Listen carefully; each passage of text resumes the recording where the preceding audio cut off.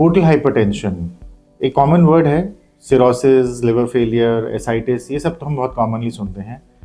But जब हम doctors के पास जाते हैं या किसी की भी फैमिली में, आपकी फैमिली में अगर कोई लिवर डिजीज पेशेंट है या सिरोसिस पेशेंट है, तो आपने पोर्टल हाइपरटेंशन भी एक बहुत कॉमन टर्म सुनी होगी डॉक्टर से या प्रिस्क्रिप्शन पेपर्स पर लिखे हुए। और हम एज अ कॉमन मैन सोचते हैं कि पोर्टल हाइपरटेंशन क्या होता है।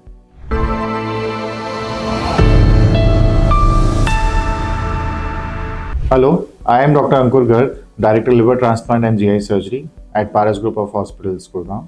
तो हाइपरटेंशन का मतलब तो है कि प्रेशर ज़्यादा है। तो एक हाइपरटेंशन तो है systemic hypertension, increase blood pressure, जो कि हम सब जानते हैं और हम में से बहुत सारे लोगों को हो भी जाता है एज के साथ। पोर्टल हाइपरटेंशन भी एक तरह की हाइपरटेंशन ही है, बट ये वो वाली हाइपरटेंशन नहीं है जो हार्ट डिजीज से या कोलेस्ट्रॉल से या आर्टरीज की प्रॉब्लम से होती है। किसी भी कारण से अगर लिवर हार्ड हो जाता है, स्टिफ हो जाता है, चाहे वो फैटी लिवर है, चाहे वो सिरोसिस है, चाहे वो सिरोसिस हेपेटाइटिस के कारण हो, अल्कोहल के कारण हो या किसी और कारण हो, किसी भी कारण की वजह से अगर लिवर हार्ड हो गया है, लिवर स्टिफ हो गया है, तो वो जो लिवर को ब्लड सर्कुलेशन आ रही है उसको ईजिली पास थ्रू नहीं करने देता है, वो एक ब्लॉकेड क्रिएट कर देता है। और उसी वजह से जो ब्लड वेन्स और जो वेसल्स हैं जो लिवर को ब्लड सप्लाई कर रही हैं उसको पोर्टल वेन बोलते हैं। तो अगर पोर्टल वेन में से खून आगे नहीं जा पा रहा है तो उसमें ब्लॉकेज हो जाएगी, तो पोर्टल वेन का प्रेशर बढ़ जाएगा।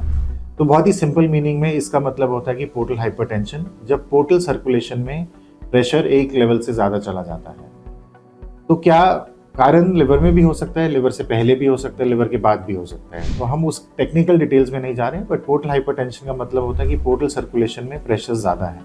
तो क्या होता है इस प्रेशर ज़्यादा होने से? सबसे पहले तो एक बहुत सिंपल सा सिनेरियो समझाने के लिए, मान लीजिए एक पाइप में पानी फ्लो कर रहा है। फ्लो तो रेगुलर इनसाइड से आ रहा है, लेकिन मैं एक जगह से पाइप को नैरो कर देता हूँ तो पाइप का प्रेशर बढ़ जाएगा। उससे पहले का जो नैरोइंग से पहले वाला पार्ट है वो पाइप फूलना शुरू हो जाएगा। वो तो रबर का पाइप था, लेकिन यहाँ पे हम बात कर रहे हैं बॉडी की और एक वेन की। जब उस वेन में प्रेशर बढ़ता है तो हमारी बॉडी में केमिकल सेक्रीट होते हैं और वो वेन्स अपने नए रास्ता बनाना शुरू कर देती हैं, जिसको कोलैटरल्स बोलते हैं या नियोवैस्कुलराइजेशन बोलते हैं। और इसी कोलैटरल्स के थ्रू जो पोर्टल प्रेशर है, अपना एक्स्ट्रा प्रेशर का जो ब्लड है, दूसरे रास्तों से उसको ड्रेन करना शुरू कर देती है।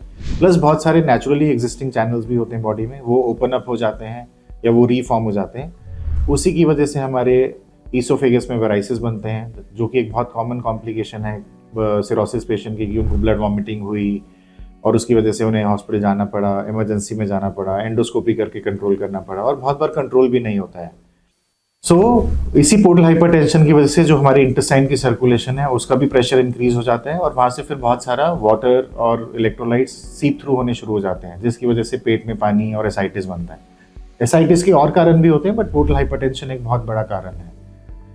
खाली पोर्टल हाइपरटेंशन की कॉम्प्लिकेशन से ब्लीडिंग और पेट के पानी तक नहीं रिलेटेड है, और भी बहुत सारी चीज़ें होती हैं। पूरी एक डायनामिक प्रोसेस है, पूरा एक फिजियोलॉजी है बॉडी का। तो इस वीडियो में मेरे को सिर्फ आपको ये समझाने की कोशिश थी कि पोर्टल हाइपरटेंशन क्या होता है और क्यों होता है, और इससे होने वाले क्या क्या हमारे को प्रॉब्लम्स हो सकती हैं।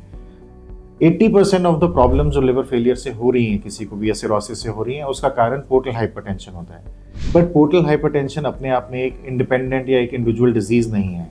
पोर्टल हाइपरटेंशन अगर किसी को है तो उसके लिए हमेशा कोई ना कोई एक अंडरलाइंग कॉज होगा। वो लिवर में है, लिवर से पहले है, लिवर के बाद में है, वो एक अलग बात है। तो हम पोर्टल हाइपरटेंशन को ट्रीट नहीं कर सकते हैं, हम पोर्टल हाइपरटेंशन के कॉज को ट्रीट कर सकते हैं। पोर्टल हाइपरटेंशन तो रिस्पॉन्स था बॉडी के एक प्रॉब्लम को, तो अगर हम जब तक उस प्रॉब्लम को नहीं ठीक करेंगे हम पोर्टल हाइपरटेंशन को नहीं ठीक कर सकते हैं। तो पोर्टल हाइपरटेंशन का ट्रीटमेंट क्या होता है, इस तरफ हमें शायद ज़्यादा नहीं सोचना चाहिए और हमें बहुत ज़्यादा गूगल नहीं करना चाहिए। हमें कॉज ढूंढना चाहिए पोर्टल हाइपरटेंशन का क्या है, तो हम उसको सही डायग्नोज कर पाएंगे और सही ट्रीटमेंट कर पाएंगे। तो बस यही थोड़ी सी जानकारी देनी थी आप लोगों को पोर्टल हाइपरटेंशन के बारे में। Thank you.